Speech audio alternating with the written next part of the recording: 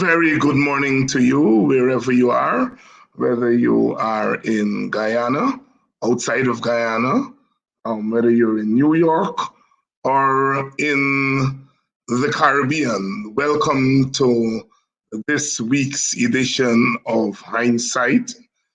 Lots have been happening this past week in Guyana as far as the politics are concerned. There is never a dull moment in our country. As you know, this past week, the court ruled in favor of Chris Jones, who had challenged permanent secretaries sitting in Parliament, and the court ruled in his favor. We await action by the government. This coming week, of course, is the petition verdict. In fact, tomorrow, Monday, the Chief Justice is slated to hand down or verdict in the petition brought by the coalition challenging the constitutionality of the recount order. Remember, the other petition that challenged the results of the election was thrown out by the Chief Justice on technicality. That petition or that ruling has been appealed, and we await that appeal in the appeal court. We, in the United States, of course, we have the issue of the continued killing of young Black men and women. Of course, the ruling in the George Floyd case came down in favor of George Floyd, but came down in favor of justice. And there has been quite a lot of speculation as to what that means. Does it have any significance beyond a victory for those who have been crying out in the courts for policemen and women to be brought to justice? Maybe yes, maybe not. We've seen in the wake of that ruling four incidents in which young Black people, because it included a 16-year-old girl in Columbus, Ohio. In a sense, it's almost as if you make one step forward and 4 steps backwards. When will it end? When will it end? Can the George Floyd verdict be used as a stepping stone to deal with the question of what is really a systemic problem? I am going to be dealing with that tonight on Say It Speaks at 7 p.m. this evening on Say It Speaks. I have quite a lineup. I have a U.S. African-American civil rights attorney, Nkechi Taifa, well known in the human rights and civil rights circles in the United States. She will be on. We have a Guyanese American novel noble who's an activist in Atlanta. She will also be on. We have Miss Olive Sampson, who is the CEO of IPADA. She'll be on. And one of our young upcoming star attorneys, Darren Wade, will also be on with me. So it's quite a lineup tonight for us to discuss the George Floyd issue, its implications for Black people in general, for us in the Guyana, and for us in Guyana and the Caribbean. So join me tonight at 7 o'clock for that. But that, I think, is an issue that will continue to animate us in the weeks and the months to come. My big topic today is the media. As you know, we've been arguing with lots of justification that last year's election was, among other things, an occasion for regime change in Guyana. And by that, we mean that it was an occasion for external forces, internal forces to join together to use the election as an occasion to change the government. So that in the final analysis, the election did not really reflect the will of the Guyanese people. It reflected the will of external forces and in collusion with internal forces. The way in which foreign countries, through their credibility, their weight, their power behind one contestant in a disputed election, the way in which the ambassadors were active, the way in which the United States went as far as imposing sanctions on the leaders of the coalition as a means of forcing them out of power. That is what we call regime change. When forces external to the process, and some of them internal to the process, engage in activities that move the election from being an exercise in choosing a government by the people of the country to an exercise to ensure that the interests of other forces are served. And one of the consequences of that has been the way in which the media landscape in Guyana has changed to one that can be described, as I described it this week in my column, The Truth of the Matter. I describe it as a one-party media. The media in Guyana have always been problematic, but I hasten to say that this is the first time in post-colonial Guyana that the media have become thoroughly one-sided. And so I refer to it as the one-party media.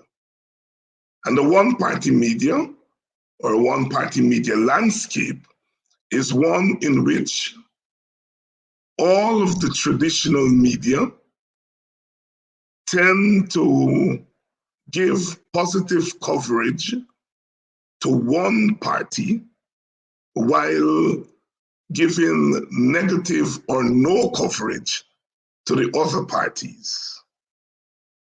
And when the majority of that media parrot the narrative of one party at the expense of the narratives of other parties. The United States, in its 2021 Human Rights Report, said that the opposition in Guyana has no media to disseminate its views and its perspectives. Now, let us go back a little to understand what has happened.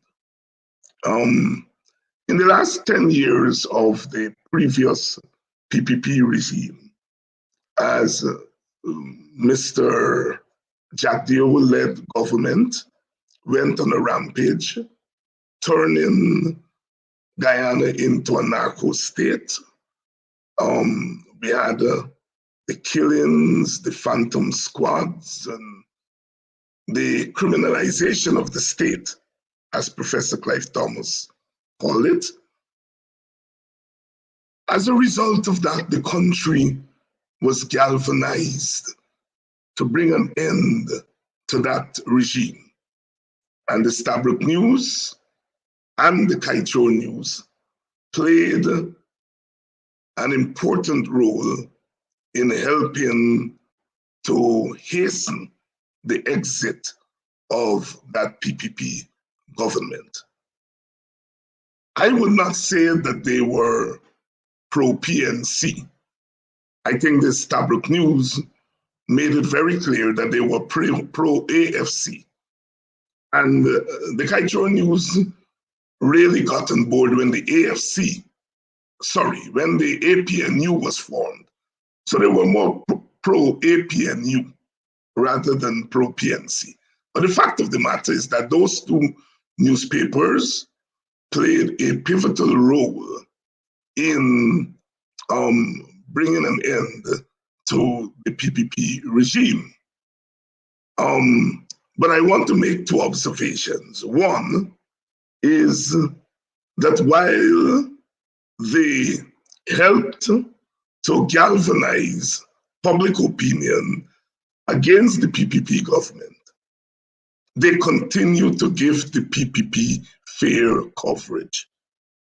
The PPP was given coverage in the newspapers. They were not shut out from those two newspapers. It is just that those papers took a position against the excesses of the PPP government of the day. And any newspaper worth its salt in an environment like that had to throw its support behind forces that wanted to normalize the country again.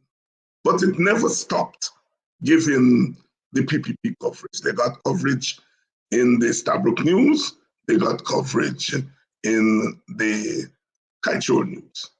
And critically, the PPP controlled the Chronicle newspaper, the Guyana Chronicle. And the Guyana Chronicle has always served the government of the day. So the PPP had full coverage in the Chronicle, and the Chronicle did not give the other side any coverage at all. The PPP also had the Guyana Times, which came on stream during the last 10 years of the PPP regime. So although the Stabroek News and Kaieteur News were not pro-PPP, they were balanced by two pro-PPP newspapers. So there was no monopoly by one party of the media during the PPP regime. Once the PPP was voted out of office in 2015, almost immediately we began to see a shift in the Kaieteur News and the Stabroek News. They began to shift towards, well, let me take that back. I was about to say they began to shift towards a PPP perspective. They began to take a strong anti-coalition perspective. Now, I'm still working out what are some of the reasons that immediately as the coalition came to office, these two newspapers which supported the drive to remove the PPP, they were now moving towards an anti-coalition position. I suppose they will argue that there were some policies that the coalition took very early in its tenure that may have turned them off. One remembers the coalition giving ministers big pay raise, and a lot of people were turned off by that. And I suppose Stabroek News and Kaieteur may claim that that may have alerted them that the government was up to no good. And they began to shift. Mr. Jagdeo would give long press conferences, and the media would carry what he says word for word, and they wouldn't challenge him. They wouldn't challenge him at all. And that was a warning sign. They would allow him to malign the government, without challenge. And that continued throughout the tenure of the coalition. So what we had during the coalition period were three newspapers, Kaito News, the Stabroek News, and the Guyana Times, that were not at all friendly to the coalition government. The coalition government had only the Guyana Chronicle on its side, as the Chronicle did during the PPP era. It supported the government of the day. But the Chronicle did not have the kind of circulation and influence as Stabroek News and Kaieteur News. Research has shown that African Guyanese tend to buy newspapers at a higher rate than Indian Guyanese and Amerindian Guyanese. But African Guyanese did not buy the Chronicle because during the long period of the PPP, they were socialized against the Chronicle, given the fact that the Chronicle was so uncritical of the PPP. And so even though the government had changed and the Chronicle was now supporting the parties that they voted for, African Guyanese didn't buy the Chronicle. They continue to buy the Stabroek News and the Kaieteur News. And here were these two newspapers who were at first gradually, but as the years went on, they became more aggressively anti-coalition. By the time we got to the no confidence vote, we began to see open support for the PPP position by these two newspapers. Open support. In the year between the no confidence vote and the election of March 2nd, 2020, these newspapers became very aggressive against the government. Come March 2nd, that aggressiveness became open support. In looking back now, it has become clear to me that those two newspapers were very much part of the regime change. Whether they were co-opted or they voluntarily agreed with regime change, one cannot make that determination right now. But what was clear is that they supported regime change. My column was at the Kaieteur News during that period. Remember, the Chronicle, under the instructions of the regime, the coalition government had thrown out Lincoln Lewis and myself from the Chronicle. It was a very stupid move because Lewis and I were supporters of the coalition. Everybody knew that.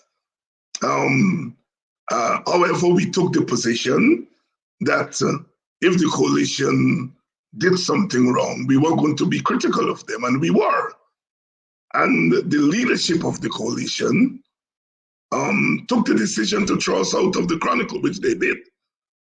Like I said, it was very stupid because, you know, I think Lewis and I had some kind of leadership among African Guyanese. And they knew where we stood politically.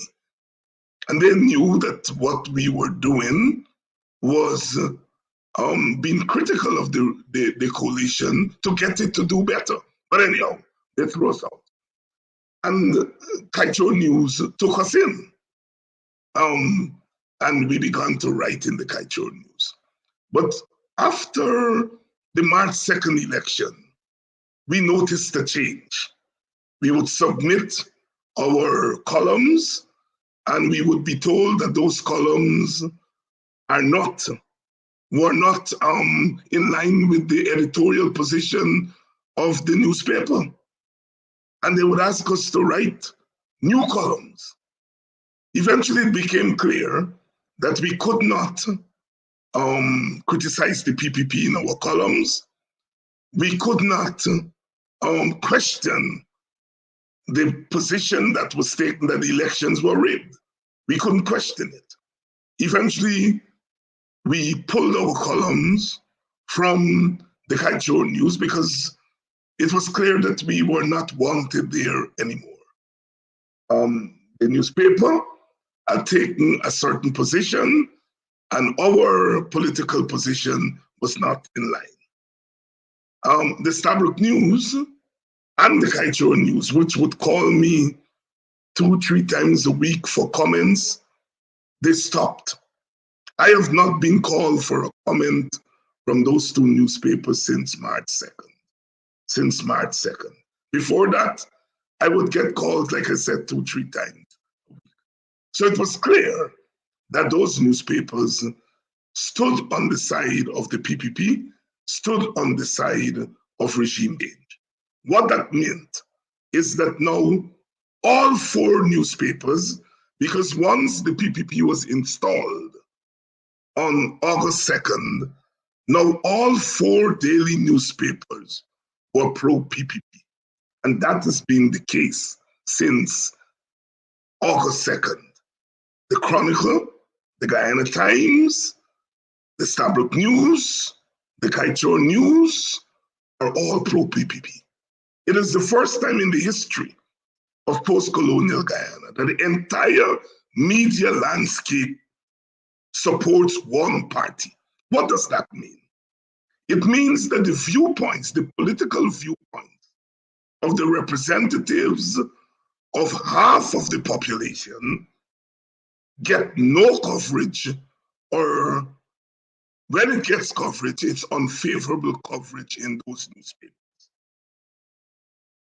In an ethnically divided society, a one-party media means a one-race media, one ethnicity media. So ever since March 2nd, the perspectives, the political perspectives of African Guyanese are not expressed in the print media. People like myself and Lincoln Lewis and Eric Phillips and the elected members of the coalition get no coverage. Our perspectives are not reflected in the newspapers. And our perspectives tend to lean towards the perspectives of the coalition / African Guyanese. Now that is very frightening, that you have a plural society, meaning a society with different ethnic groups and different political persuasions. But these persuasions are not reflected in the media. The media is a very important aspect of democracy. They call it the fourth estate, meaning you have the 3 branches of government: the executive, the legislative, and the judicial branch. And then you have the media. It's almost like a branch because it is powerful. It disseminates information, and it helps to build people's viewpoint about what is going on. It's an important aspect of political socialization. People tend to get most of their information from the media. The media is a very powerful agent of socialization. So when you have the media tilting towards one party, one perspective, one ethnicity, then you have a skewed socialization, a skewed sense of what is right and what is wrong, because the media are very important, as I said, in determining what is right from what is wrong. And those media have been hammering for the last year that the elections were rigged by the coalition, rigged by Black people, and the coalition and Black people are portrayed as scoundrels. This is what the media have been doing for the last year. It is a very dangerous development in our society. You cannot, in a society like ours, paint one group of people or one party as scoundrels because you're dishonoring that group. And ethnic groups respond very negatively to the honor of the group being challenged. And so, therefore, it's a very serious development. One Freddie Kissoon, for example, for the last year and a half, that chap has been attacking Black leaders ad nauseam. He's been saying the vilest things about Black leaders, some of whom were his friends, like myself. Brother Yussi Guyana, our revered Guyanese leader, he's been attacking Vincent Alexander, Black men, Black women. Melissa, I feel people who are not political people, every opportunity he gets, he attacks Black people. What you are doing there, what he's doing, is that he's socializing his Indian Guyanese readers that Black people are monsters, as he called Brother Guyana. This is what that chap is doing every day. And he's been allowed by the Stabric News editor and owner, the Kajor News editor and owner to do it. It means that it is the editorial policy of Kajor News, therefore, to attack Black people, to demonize Black people, to put down Black people, because it's allowing its columnists to do it without any tempering.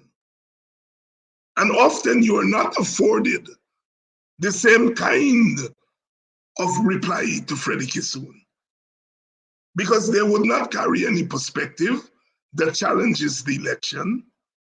And so you have this imbalance, which I am arguing is very dangerous, very dangerous.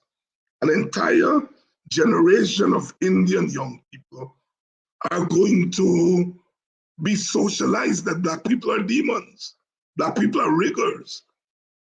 You see? And that is dangerous. And even some Black people who read those newspapers, they themselves may begin to feel a sense of inferiority as they're hammered every day in the pages of that paper. Now, something has to be done to change that.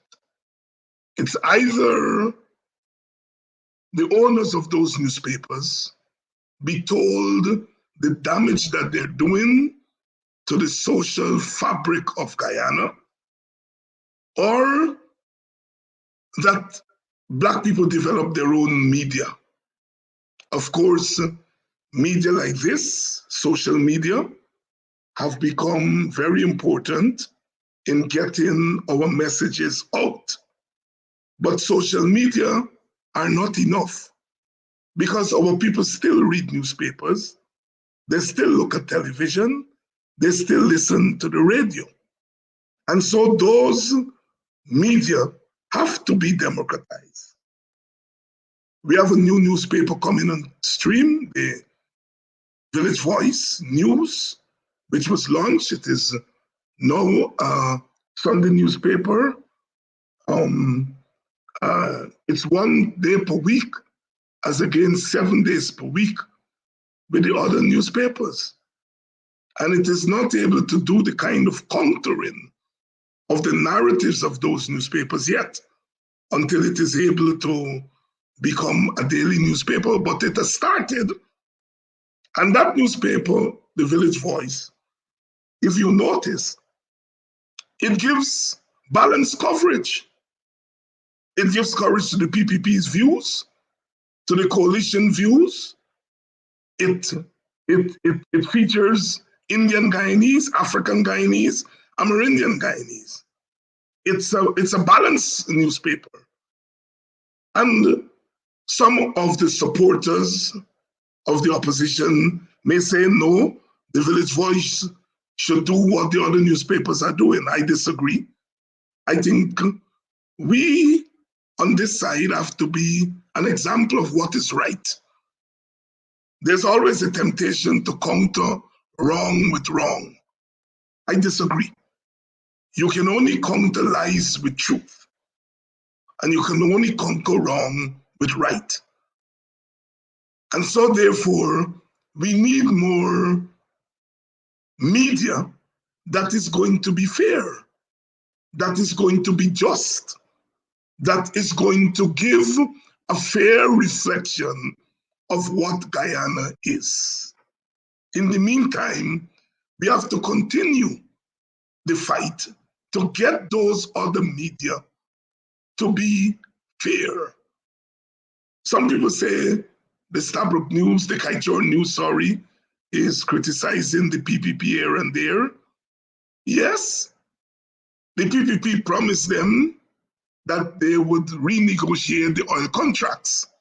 And the Kaichor News is big on that.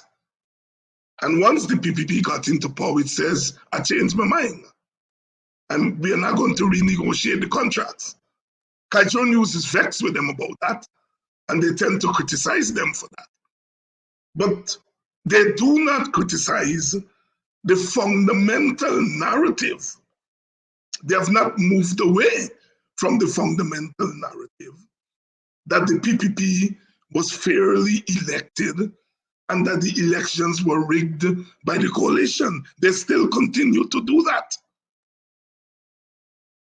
The Kaichor News had 3 young people, Kimol King, and I can't remember the other 2 reporters, but they were the pit bulls during the election campaign and after, and they were hailed as the new media stars. And Freddie Kissoon said they were Black people. And here they were criticizing Black people for rigging elections. I understand that those 3 reporters are no longer at the Kaichor News. They've left.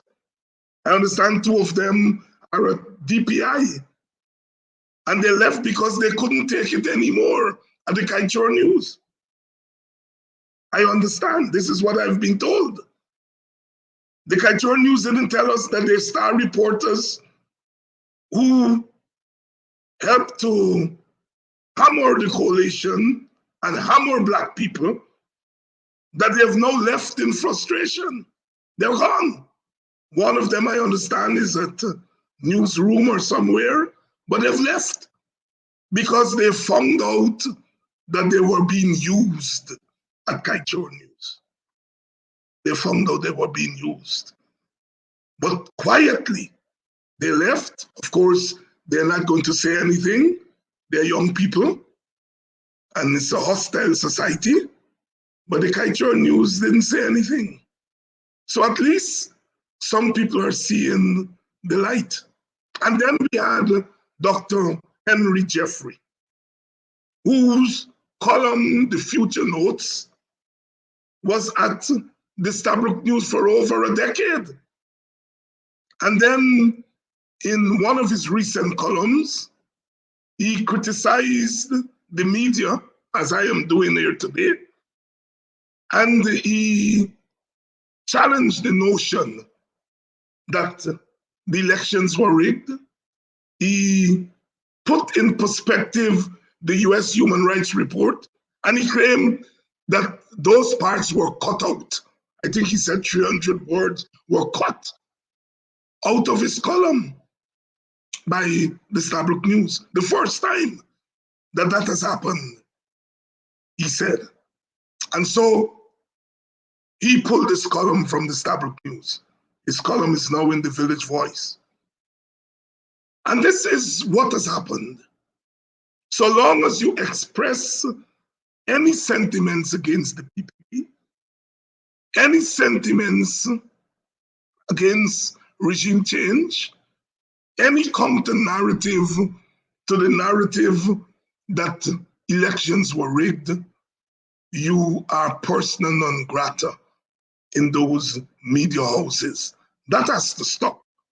If this Guyana is going to continue as a society where all its people feel secure, then that has to stop. Although they're private newspapers, they exist on government ads. Newspapers don't make a profit by selling at the stands. Their profit comes from ads. And we don't have a big private sector. So most of the ads would be government ads. And these newspapers benefit from government ads. So they're benefiting from taxpayers' money, including taxpayers from who support the opposition, African Guyanese taxpayers. So you are taking taxpayers' money and you're using it to marginalize half of them. That is not democratic. That is not right. It is not fair. And so we have to raise our voices, as I'm doing here this morning, and calling them out. I think one of the things we must do first is that we must consider very carefully whether we can continue to support those newspapers. I am hesitating because I don't want to tell people to stop reading the Stabroek News and the Kaieteur News and there's no alternative media. As I said, the Village Voice is the fairest newspaper, the most balanced newspaper now. It's just come on board, but it's only a Sunday paper. And I don't want to tell you to stop buying the other papers when there's not an alternative paper to buy.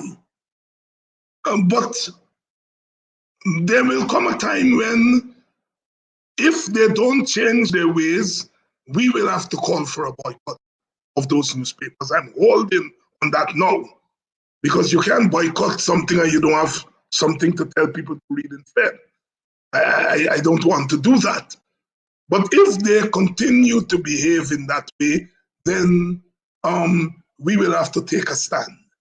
In the meantime, we will have to support the Village Voice News so that it can become a full daily newspaper. They will have to tell you their plans. They're now print on Sunday. The newspaper is online.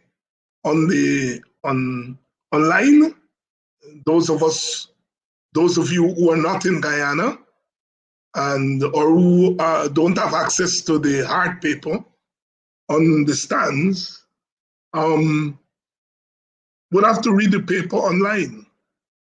And I'm urging you to support it with whatever little donation you can give, because they're not charging you to read the newspaper online, but go to the site and make a donation. You know, I usually tell people, you know, you don't have to give $100 and $200. You give $1. And if 1,000 people give $1, it's $1,000 to keep that newspaper alive. As I make the pitch for CAMS TV and Bench Cup and Hindsight and so on, go, you know, give $1. It's, you know, that's, you buy a beer for $4 or $5, you know, consider that, you know. You know, go, there's Cash App, there is PayPal, I think, and go contribute $1, you know, to keep these media alive. because information is very important. Lack of information is not a good thing.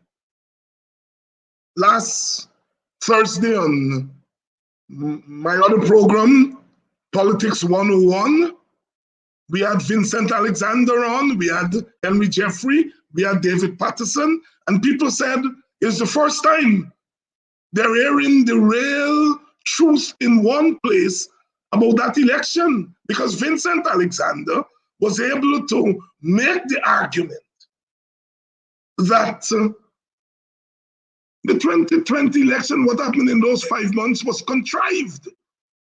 Those people created a crisis so that they would not have to use the official results, that they would have to have a recount rather than the official results. And Henry Jeffrey, who was a member of the PPP and understands the PPP, was able to give a perspective. He made the very important point: unless you think that the coalition was stupid, that they would attempt to rig an election after the election. Any rigs before, which is what the PPP did. But they want to they're making the absurd allegation that people are so stupid that they attempt to rig an election after the election. And you heard it on one place. So we are trying to have these alternative media. And we, Indian people, support their thing, yeah? They support their thing. And God bless them. And you all have to support your own thing to keep them alive. You know, it's always awkward to beg for money, and you all shouldn't put your leaders in that position of having to beg. Support, you know, to do these things, it calls for support.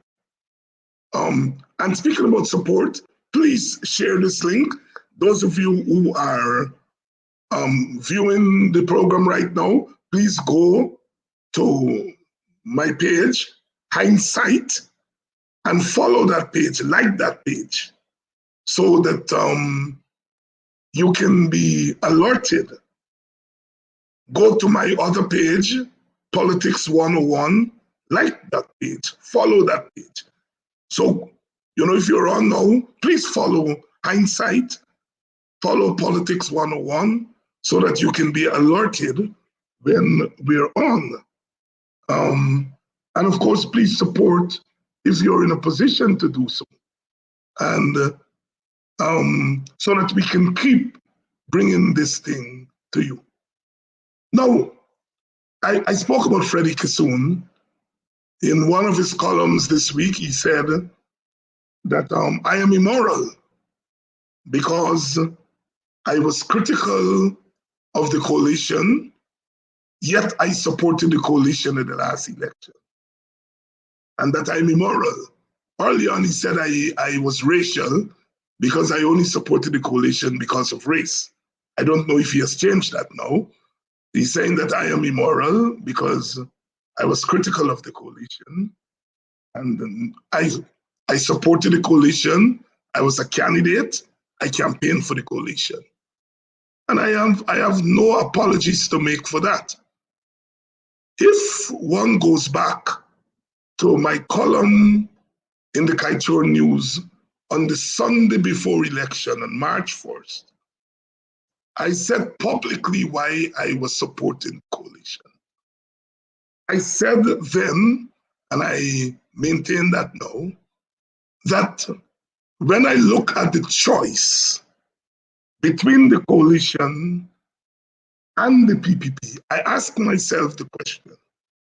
And when I was on the campaign trail, I asked my audience the same question. When you look at the two contestants at that election, which one do you think you stand a better chance with in fulfilling your expectations for Guyana. Now, you have two political parties, the PNC and the PPP. They both have their faults.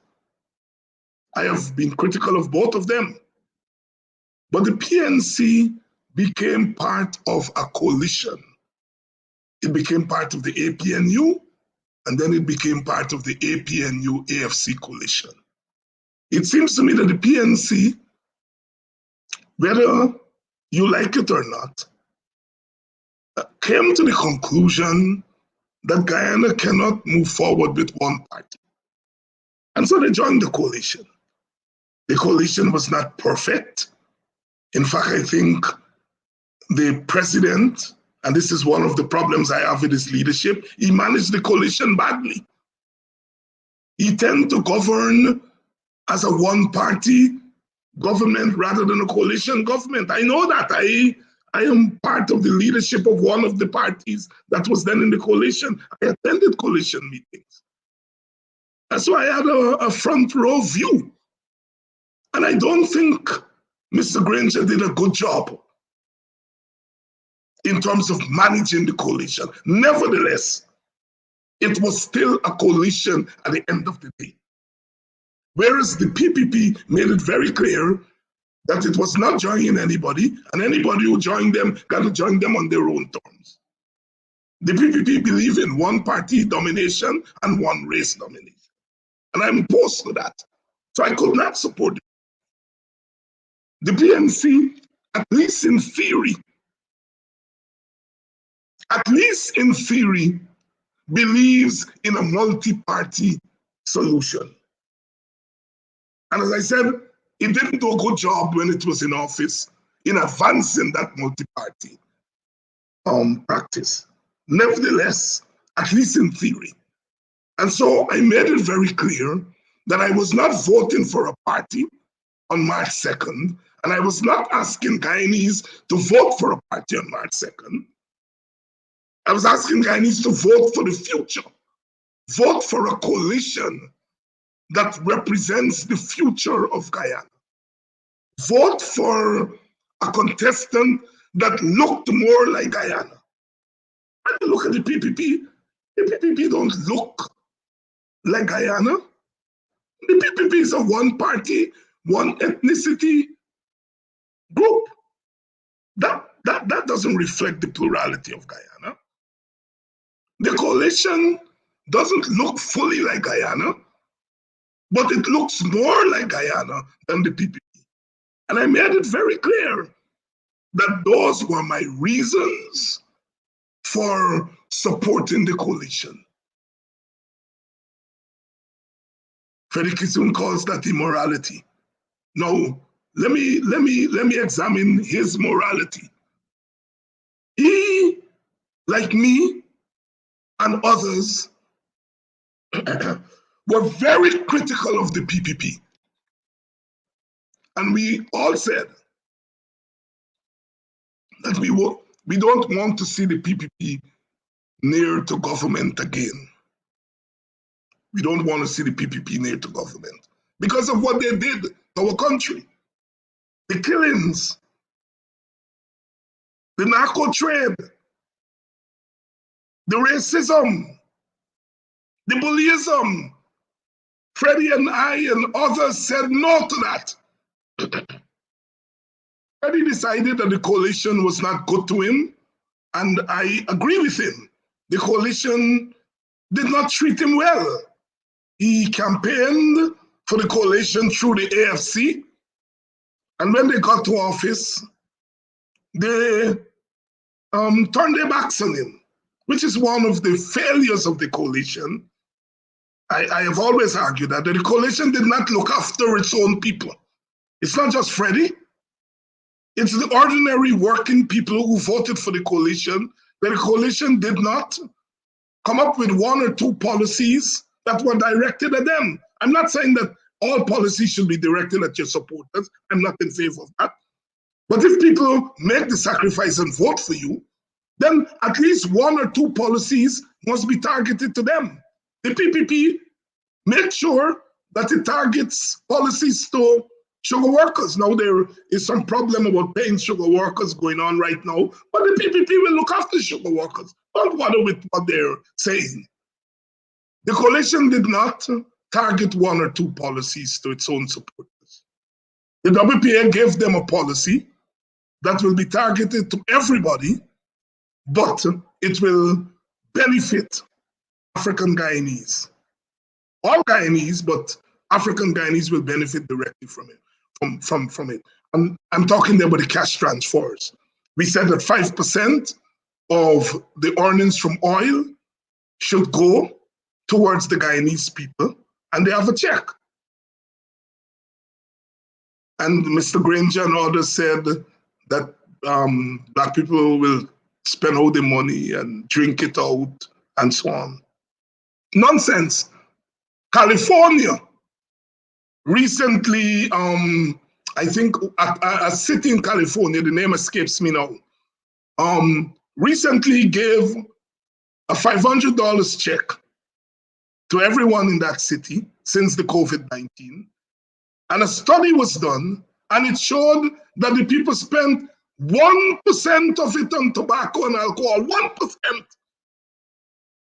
That the majority of that money went to food first, then utilities, then childcare.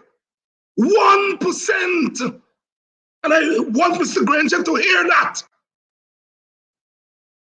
Because he and others said that if you give people a check in Guyana, they will spend it on drugs. You're telling me that a woman who is struggling to buy school clothes, to buy food, you give her a check, she will go and spend it on drugs.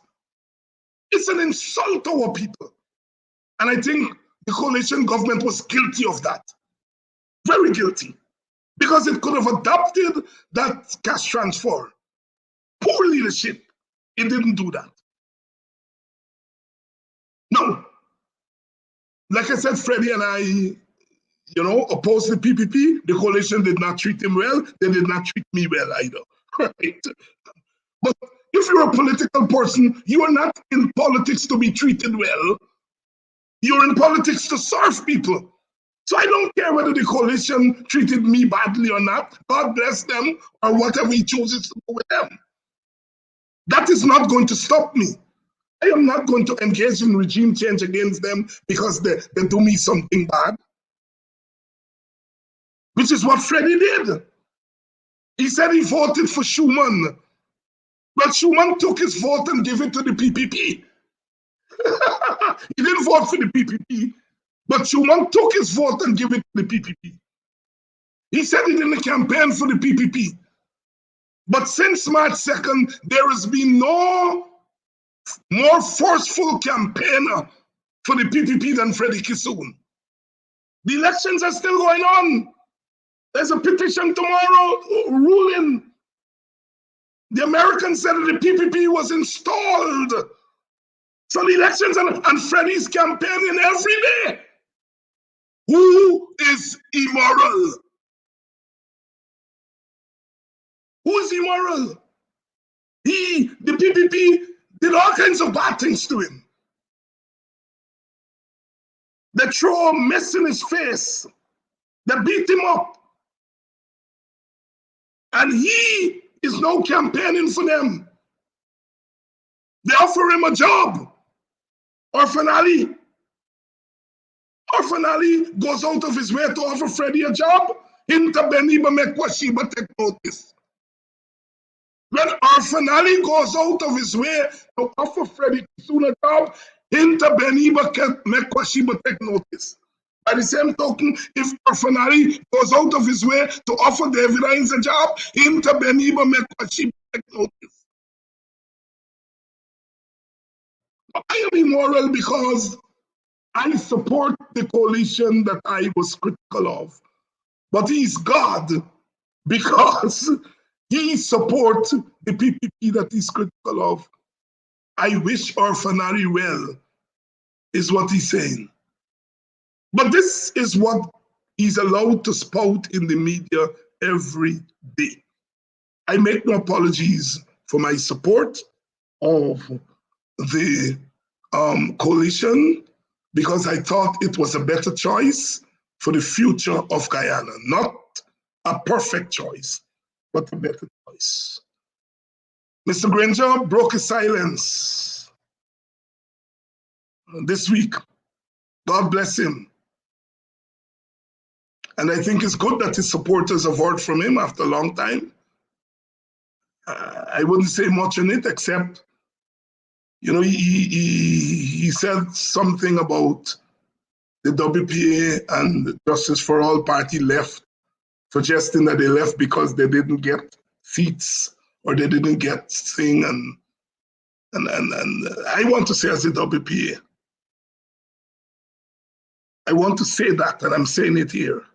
On the day, Mr. Granger is not forthcoming when he suggests, in fact, he's unfair to the WPA when he suggests the WPA wait until the elections to leave. Let me say something publicly here that Guyanese have not heard before.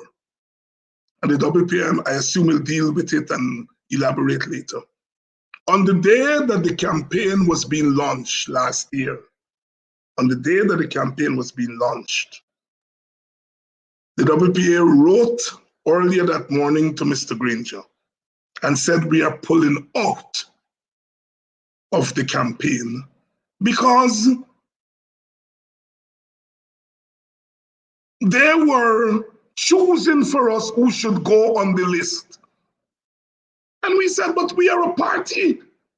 And if you tell us you're giving us 5 spots on the list, let us choose our 5 people.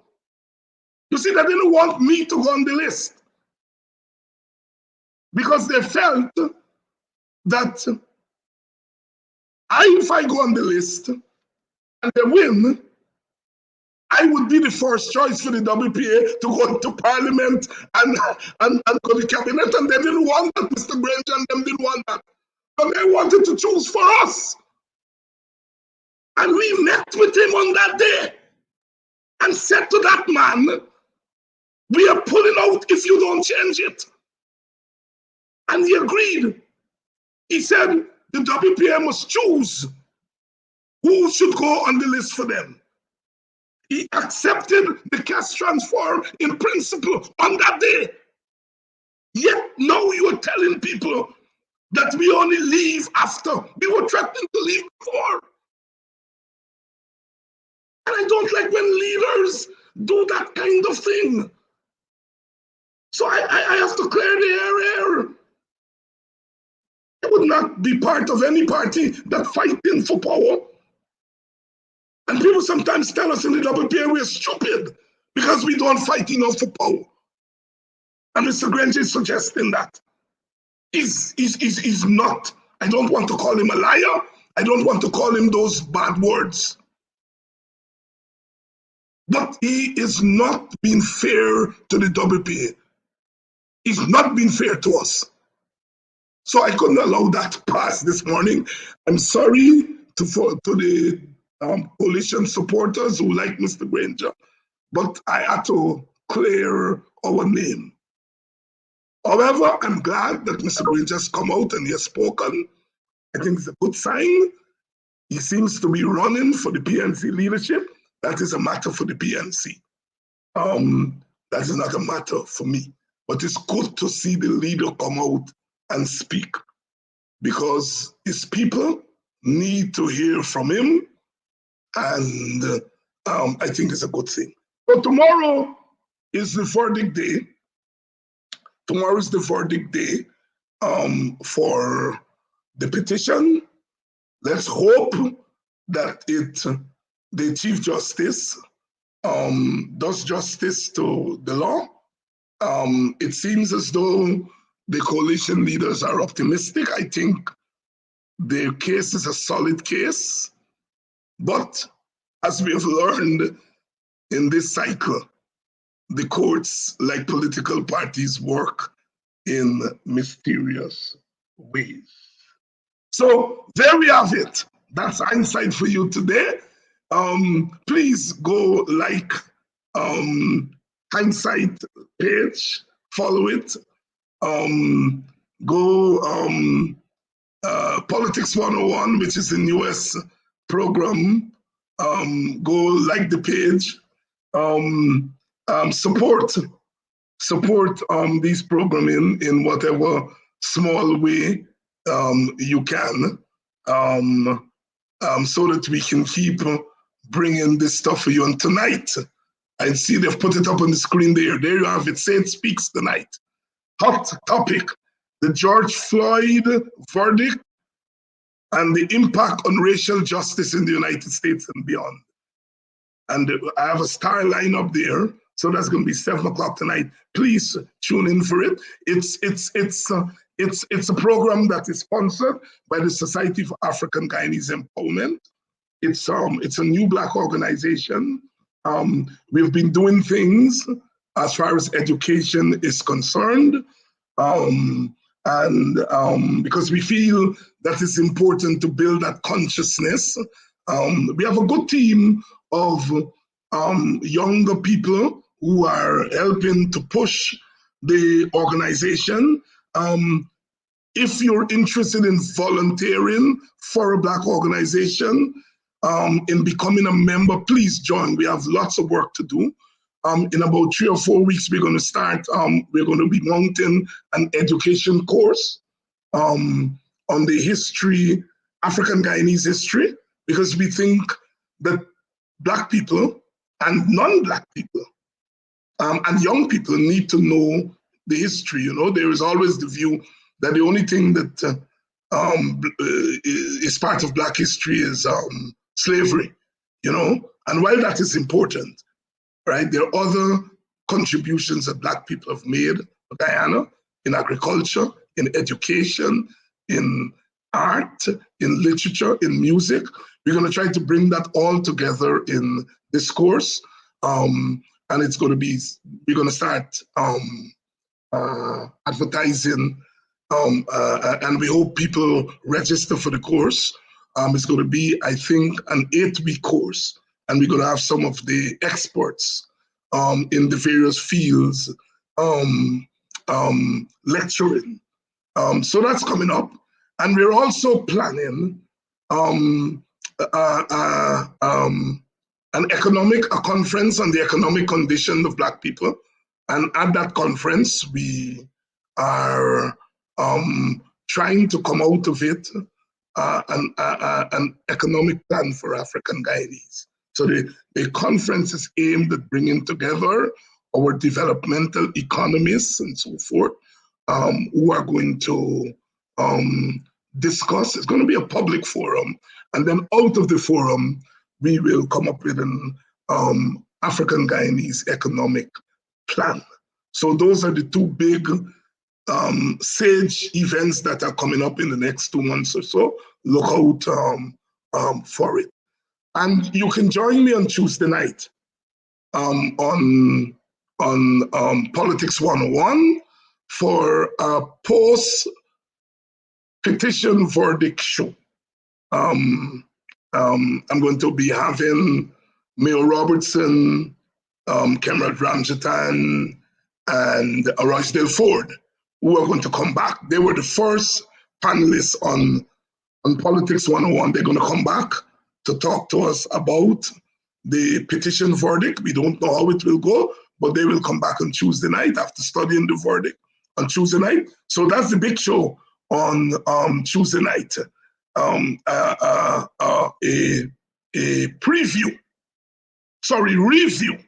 Review is before, a review of the petition ruling by the Chief Justice. That's on Tuesday night.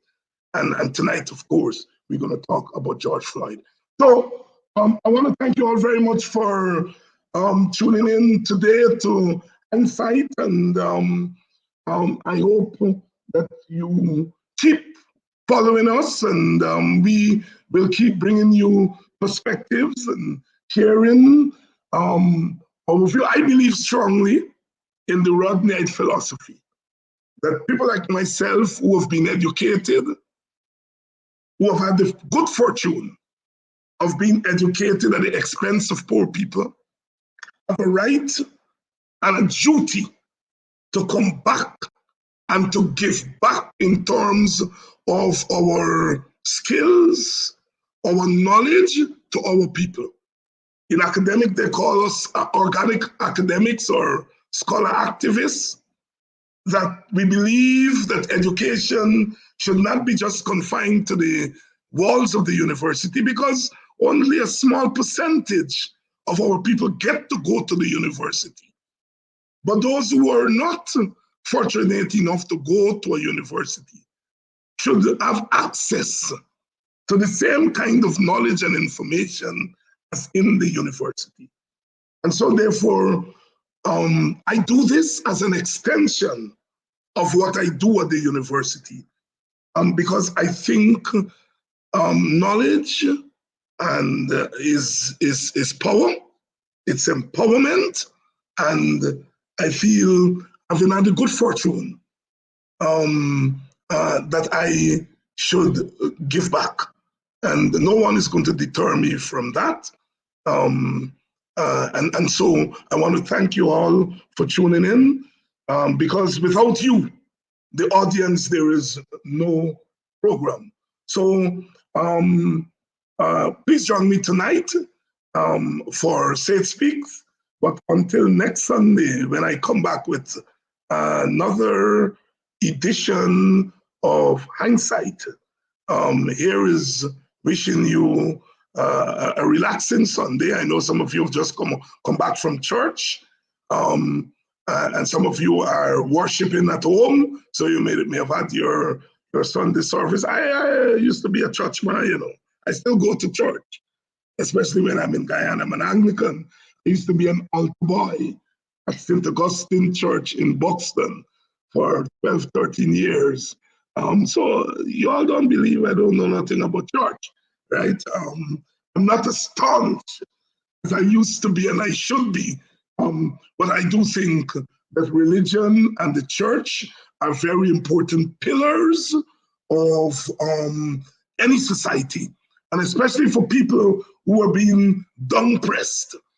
You have to have faith, Faith. Without faith, we would be nowhere. Our people who were enslaved had to have faith. Without faith, they would not have been able to overcome that terrible system. And as we continue to navigate our way, faith continues to be an important part of who we are. We can argue about the role of the church, but we cannot argue with faith. Faith is central to human existence. And so until next week, thank you all so much.